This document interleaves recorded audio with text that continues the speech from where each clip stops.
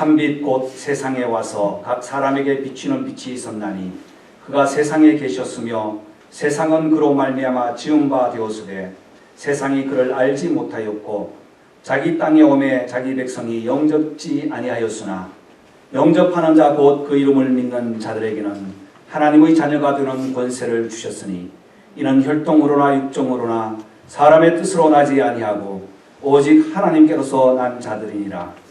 말씀이 육신이 되어 우리 가운데 거하심에 우리가 그 영광을 보니 아버지의 독생자의 영광이요 은혜와 진리가 충만하더라. 아멘. 아멘. 예수는 나의 주, 죽음에서 다시 살아나신 주,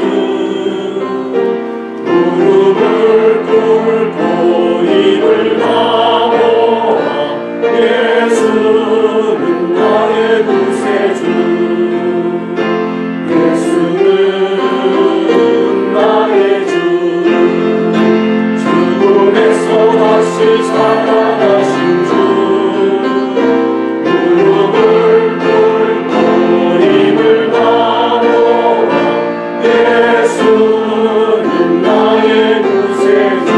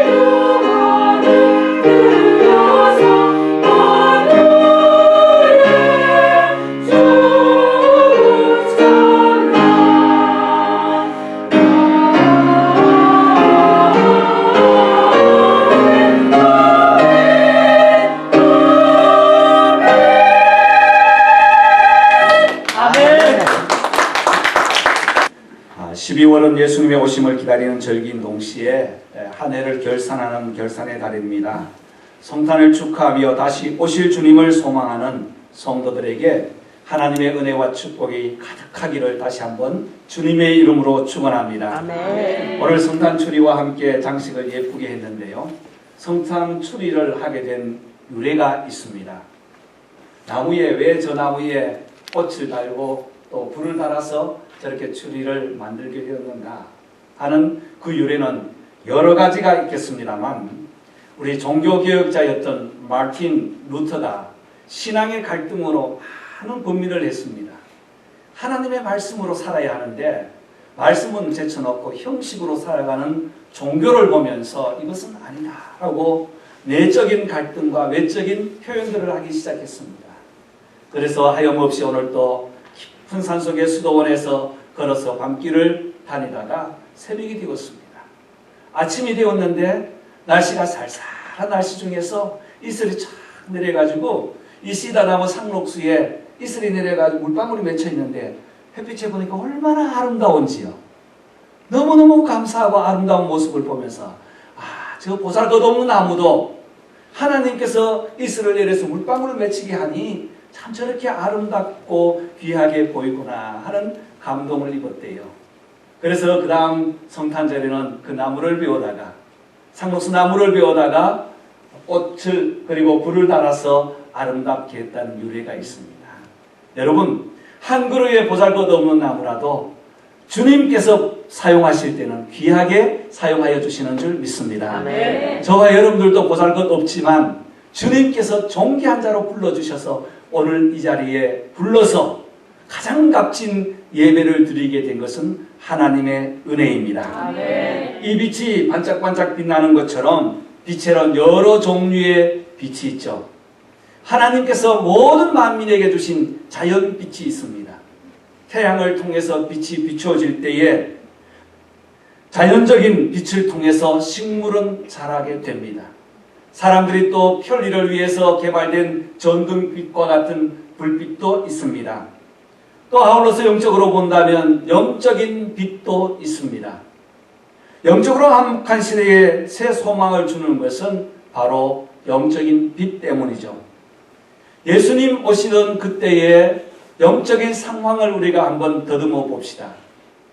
얼마나 암묵기였는가 하면 그리스의 철학 문화가 온 세상을 뒤덮고 있었습니다. 이것은 바로 인본주의죠. 생각을 해보자. 하나님을 찾기보다는 내가 생각을 해보자. 이 로마의 권력과 함께 이 그리스 문화, 철학 문화가 인본주의로 만들어질 때에 힘의 원리로 사용되는 로마가 생성되기 시작합니다. 그래서 힘의 원리로 세상을 지배하면서 그것이 참빛이라고 나타내었습니다. 그때 하나님을 섬겼던 경건한 그리스도인들이 마카비 운동을 통해서 정말 피 비린내 나는 말할 수 없는 아픔을 가지고 전쟁을 합니다. 그래서 잠시 이스라엘이라는 나라가 독립이 되었어요. 그러나 100년도 가지 못하고 다시 무너져서 어두운 시대 그때에 예수님께서 오신 것입니다. 구약과 신약 사이에는 400년이라는 암흑기가 있습니다. 왕도 선지자도 제사장도 외치는 소리가 암담하게 들렸던 그 시대에 예루살렘 중심에서 약 2만여 명의 제사장이 있다고 하는데 시민보다 제사장이 거의 반반 정도 될 만큼 많은 것은 종교와 정치가 결탁해서 신앙이 아니라 종교행위를 하고 있는 제사장들, 타락된 종교 속에서 예수님께서는 한 빛을 우리에게 안고 오셨습니다. 그 빛이 바로 예수 그리스도이십니다. 요한복음에는 이 내용을 잘 설명하고 있습니다. 이 빛에는 놀라운 능력이 있습니다. 첫 번째는 빛은 생명을 공급하는 능력이 있어요. 4절과 5절 말씀에는 그 안에 생명이 있었으니 이 생명은 사람들의 빛이라. 빛이 어둠에 비추되 어둠이 깨닫지 못하더라. 여러분, 어두움 가운데 빛이 있으면 빛이 나타나게 되어 있습니다. 그러나 온 세상이 사가랴 제사장 같은 경건한 분 몇 분 외에는 온 세상이 어두워 있기 때문에 어두움을 어두움으로 알지 못하는 시대에 빛이 세상에 왔습니다. 어떤 빛? 생명의 빛이 왔습니다. 빛은 창세기 1장부터 온 생명을 공급하고 빛은 천지를 창조하실 때 흑암이 깊은 위에 있을 때 하나님이 빛이 있으라 하심에 빛이 있어서 참된 진리 되신 하나님이 임재하신 것입니다. 이 빛은 모든 창조물에게 생명과 일, 시, 기한을 정하는 능력을 주시고 하나님의 자연 빛을 통해서 씨앗이 싹이 트고 자라나고 열매가 맺혀지는 원리를 우리에게 주시면서 하나님의 빛은 이 땅에 모두에게 공평하게 주어졌습니다. 그래서 햇빛이 임할 때에 모든 식물은 물과 이산화탄소로부터 포도당과 산소를 만들어내게 하고, 이 빛은 우리 인체에 비타민 D라는 중요한 영양분을 공급해 줍니다. 이 비타민 D 빛을 많이 받을 때에 뇌 기능이 활발하게 촉진되고 스트레스가 감소되는, 완화되는 그런 일들이 있습니다. 그래서 어린 아이가 갓 태어나서 빛을 보지 못하면 얼굴이 노랗게 됩니다. 뭐라고 하죠? 황달이라고 하지 않습니까? 그래서 빛 아래, 햇볕 아래 갖다 놓으면 얼굴이 확 펴지는 놀라운 에너지가 있다는 겁니다. 이에 비해서 영적인 빛도 있습니다. 빛 가운데 행하라고 바울은 여러 차례 권면했는데 예수님 이 땅에 오실 때의 영적 상태는 암흑기였습니다. 하나님의 백성은 하나님 알지 못하고 세속과 함께 되어서 망각한 삶을 살았습니다. 빛 대신 주님이 오셨으나 영접지 아니하였습니다. 사람들은 배척했습니다. 빛을 받아들이기를 거부했습니다. 왜냐하면 지금 사는 것이 너무나 좋기 때문이에요. 그러나 1장 10절에는 세상이 그를 알지 못하였고 그로 말미암아 지음바 되었지만 세상이 그를 알지 못하였습니다. 빛이 중요한데도 알지 못하는 것은 너무나 가까이 있고 너무나 익숙하기 때문이 아닐까요? 여러분 중에 혹 다리가 아프면 가장 먼저 기도하겠죠. 그리고 다음 주일 우리 황 장로님께 침을 맞아야 되겠다, 이렇게 하지 않습니까? 근데 침을 맞으면서도 그 중요함을 알지 못하는 것은 너무 가까이 계시기 때문에. 여러분 60불 80불씩 주고 가서 침 한번 맞고 와보세요. 2번 가고 싶은지요? 빛이 그처럼 중요한데 빛이 세상에 왔지만 사람들은 알지 못하고 영접지 않았다는 것입니다. 우리 주님께서 말씀하십니다. 나는 세상의 빛이라고 하시면서 친히 나는 빛이라고 나타내셨습니다. 이 빛을 받는 사람은 얼마나 놀라운 은혜가 있는지, 하나님의 자녀가 권세가 있을 뿐 아니라 이 빛을 받은 사람은 새 생명을 공급받아서 새 삶을 누리게 되었습니다. 요한복음 8장에 보면 그런 내용이 나오죠. 예수님께서 감람산 기도하셨다가 성전에 들어오시는데 간음 현장에서 잡혔던 한 여인을 끌고 왔습니다. 사람들 손에는 돌을 잡고 예수님을 모함하며 이 여인을 어떻게 할까 주님께 질문을 할 때에 주님께서는 죄 없는 자가 먼저 치라고 하시면서 사람이 다 지나고 난 이후에 여인에게 이 말씀을 하십니다. 요한복음 8장 12절, 나는 세상의 빛이니 나를 따르는 자는 어둠에 다니지 아니하고 생명의 빛을 얻으리라. 아멘. 절망과 좌절과 어둠에 있던 이 여인이 예수님의 생명의 빛을 받는 그 순간 생명의 길을 가게 되었습니다. 참된 용서와 회복, 하나님의 은혜를 입게 된 것이죠. 그렇습니다. 이 빛은 생명을 공급합니다. 요한 1서 5장 12절에는 아들이 있는 자에게는 생명이 있고 하나님의 아들이 없는 자에게는 생명의 빛이 없다고 했습니다. 사랑하는 성도 여러분, 오늘날 성탄절은 예수님과 관계없는 성탄절을 세상에서는 지키고 있어요. 예수님은 생명의 빛으로 오셨습니다. 어두운 가운데 빛을 비춰주시고 이 생명을 통하여 죽었던 영혼들이 다시 일어나는 놀라운 소성의 은혜가 바로 이 빛을 통해서 일어나는 사실. 이것이 바로 진정한 성탄의 의미, 기다리는 성도의 자세가 아니겠습니까? 따라서 예수님께서 말씀하십니다.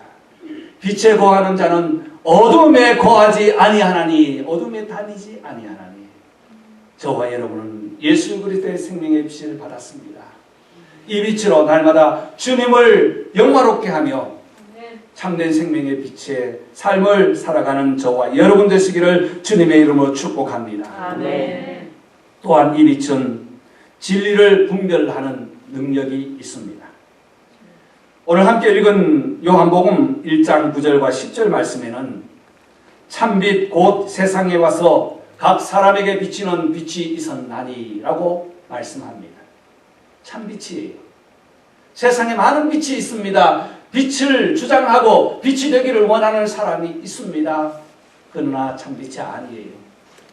아무리 인격적으로 훌륭하고 또 명석하여서 많은 연구를 하고 많은 도를 닦았다 할지라도, 사람들의 추앙을 받는다 할지라도 그의 생애에는 한계가 있어요. 우리 역대에 지나간 교주들, 한국에 얼마나 많은지 모릅니다. 이단들 분석을 해놓은 그 책을 쭉 보면 다 계시를 받고 다 도를 닦았어요. 그런데 요한하다는 거예요. 생명이 끝나는 거예요. 참빛이 아니에요. 따라다니지만 언젠가는 꺼지고 마는 그 빛이었지만, 우리 주님은 참빛 곧 세상에 와서 비추는 빛이 있었나니라고 했습니다. 그 빛은 하나님과 함께 계셨고 만물을 만드셨고 또한 지금도 함께 계시고 지금도 우리와 함께 하시는 그 빛, 사람들은 알지 못하지만 이 빛은 진리를 분별할 수 있는 기준과 능력이 되는 것입니다. 여러분, 오늘 이렇게 밝은 빛 아래서 우리가 예배를 드리지 않습니까? 불빛 아래서. 만약에 이 불을 다 끈다면 캄캄한 시간이 될 것입니다.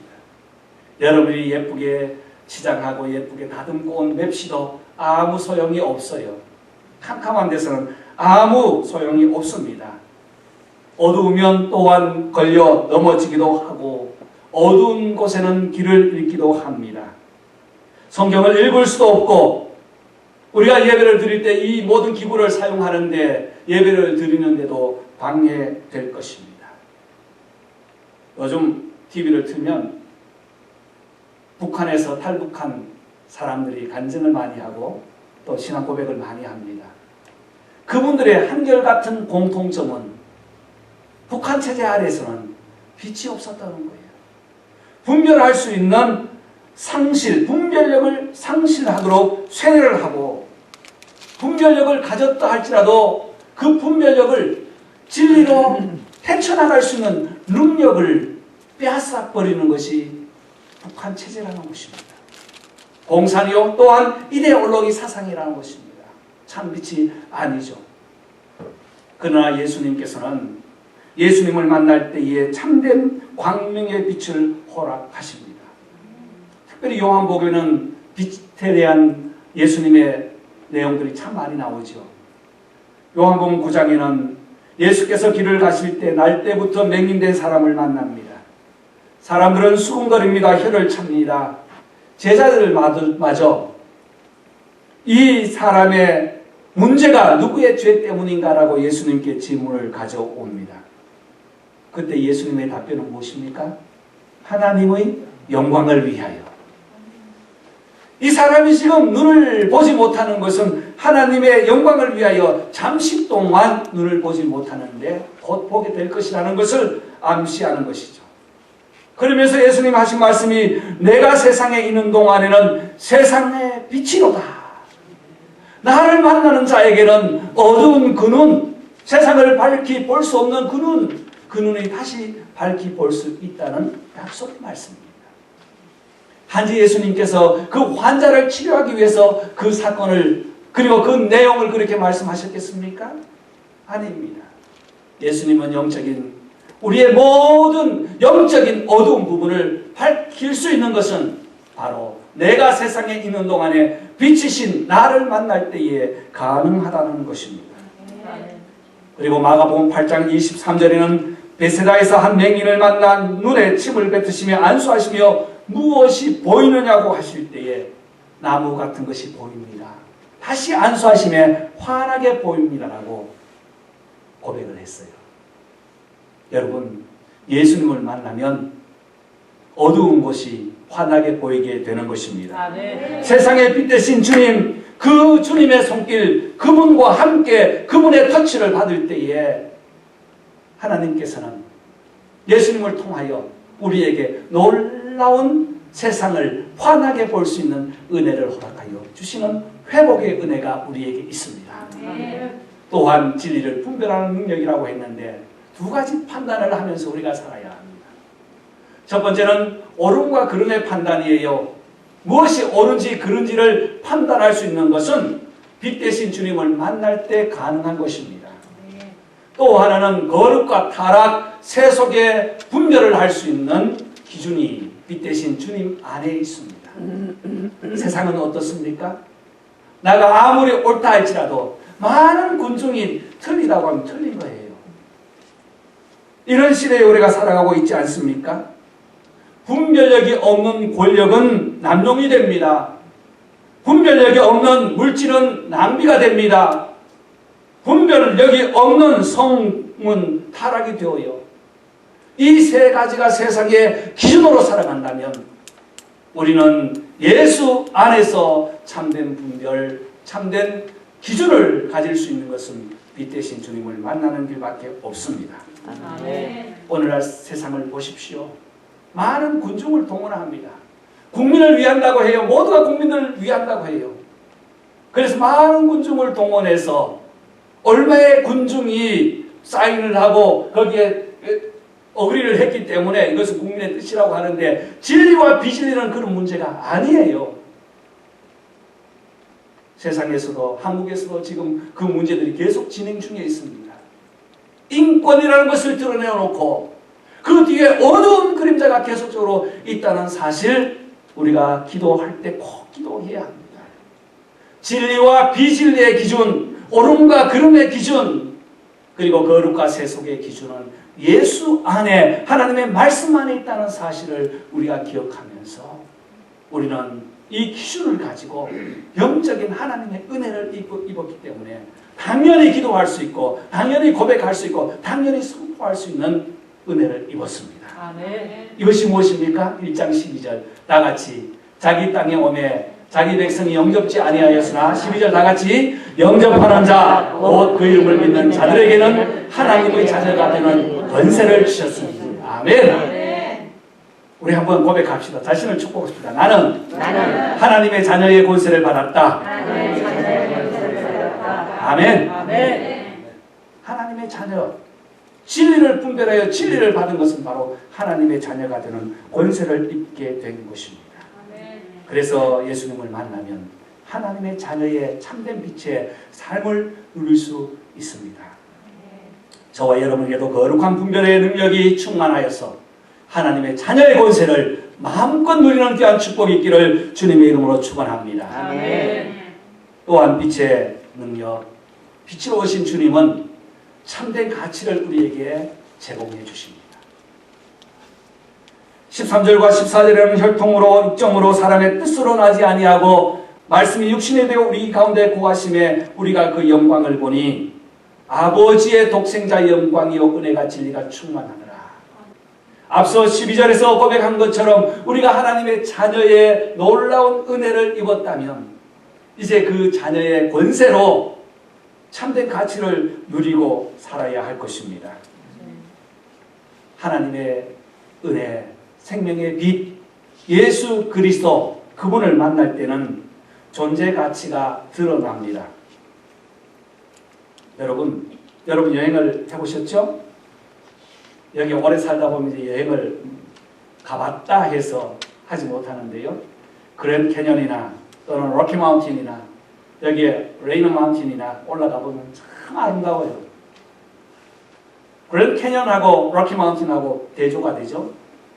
그랜드 캐년은 올라가서 내려다봅니다. 밑으로 내려다보는데 로키 마운틴은 다 쳐다보잖아요.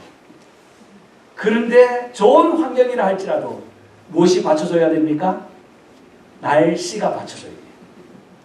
비가 오는 날은 꽝이에요. 제가 한번 갔을 때는 비가 왔어요. 자욱한 구름만 보고 왔습니다.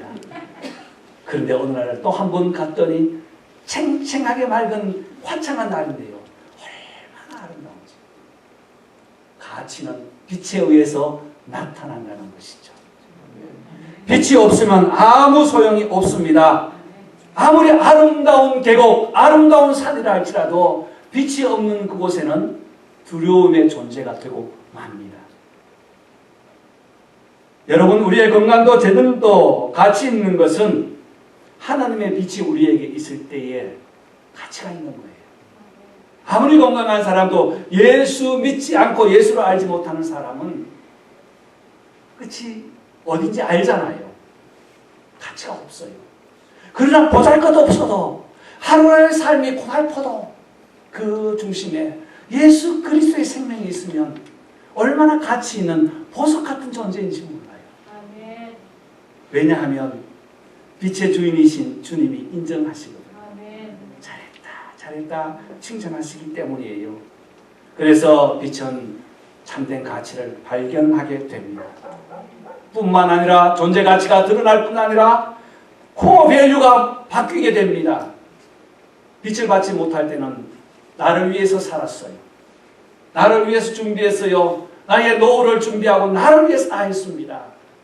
그런데 우리 주님을 만나고 난 이후에는 주님의 영광을 위하여, 아멘. 하나님의 영광을 위하여 아멘. 존재 가치가 드러날 뿐 아니라 중심 가치가 완전히 바뀌어서 이제는 내가 사는 것이 아니라 내 속에 있는 그리스도로 말미암아 내가 살아가고, 오늘도 한 걸음 한 걸음 살아가게 되는 진정한 이유와 가치는 내가 하는 일, 내가 사는 이 삶 속에서 하나님의 영광이 드러나기 때문에 하나님께 감사하고 진정한 가치로 우리가 살아갈 수 있다는 것입니다. 여러분, 이 가치가 세상을 이끌어갈 때에 이 공동체를 교회라고 합니다. 이러한 삶을 사는 사람을 크리스찬이라고 해요. 그래서 하나님의 영광 위하여, 다 같이 시작. 하나님의 영광을 위하여. 아멘. 아멘. 우리에게는 은혜와 진리가 충만하더라. 아멘. 아멘. 여러분, 예수님께서도 우리에게 말씀합니다. 세상은 그렇지 않다. 그래서 너희는 세상의 빛이 되오라. 마태복음 5장 16절에 너희는 세상의 빛이라. 너희 빛이 사람 앞에 비치게 하여 그들로 하여금 너희들의 착한 행실을 보고 너희 하늘에 계신 아버지께 영광을 돌리게 하라. 아멘. 마태복음 5장 16절입니다. 아멘. 우리에게 주님께서는 간절히 부탁하셨어요. 사랑하는 성도 여러분, 오늘 저와 여러분들이 다시 한번 예수님의 초림을 축하하고 다시 오실 주님을 소망할 때에 빛 대신 주님 이 땅에 오셨다는 사실을 기억하고, 어두운 세상이라 할지라도 이 빛은 생명을 공급하는 능력이요, 이 빛은 분별하는 능력이요, 이 빛은 참된 가치를 발견하고 중심 가치로 살아가는 힘을 준다는 사실을 기억하면서 이 마지막 때에 2020년 또 12월 달 우리 주님의 오심을 기다리고 축하하며 결산의 달 승리하는 저와 여러분 되시기를 주님의 이름으로 축복합니다. 아멘. 기도하겠습니다. 하나님 아버지 감사합니다.